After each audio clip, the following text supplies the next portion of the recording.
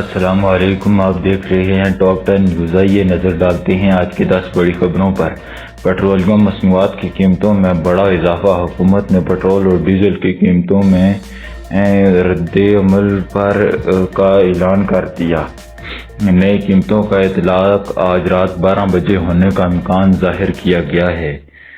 وزیراعظم کا معیشت پر اہم اجلاس۔ وزیراعظم کی صدارت میں ملکی معاشی صورتحال پر اہم اجلاس ہوا۔ مہنگائی کم کرنے اور عوام کو ریلیف دینے کے لیے اقدامات کیے گئے۔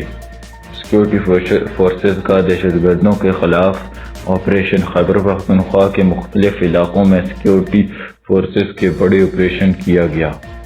ڈالر کی قیمت میں اتار چڑھاؤ۔ انٹر مارکیٹ میں ڈالر کی قیمت میں معمولی کمی دیکھنے میں آ رہی ہے۔ ماہرین کے مطابق معاشی پالیسیوں کا اثر کرنسی پر پڑ رہا ہے۔ بجلی کے بلوں کے متعلق بڑی خبر۔ حکومت نے بجلی صارفین کے لیے نئے ریلیف پیکیج پر غور شروع کر دیا۔ کراچی میں اسٹریٹ کرائم کے خلاف کریک ڈاؤن۔ کراچی پولیس نے اسٹریٹ کرائم کے خلاف بڑا آپریشن شروع کر دیا۔ متعدد ملزمان کو گرفتار کر کے اسلحہ اور موٹر سائیکلیں برآمد کر لیں۔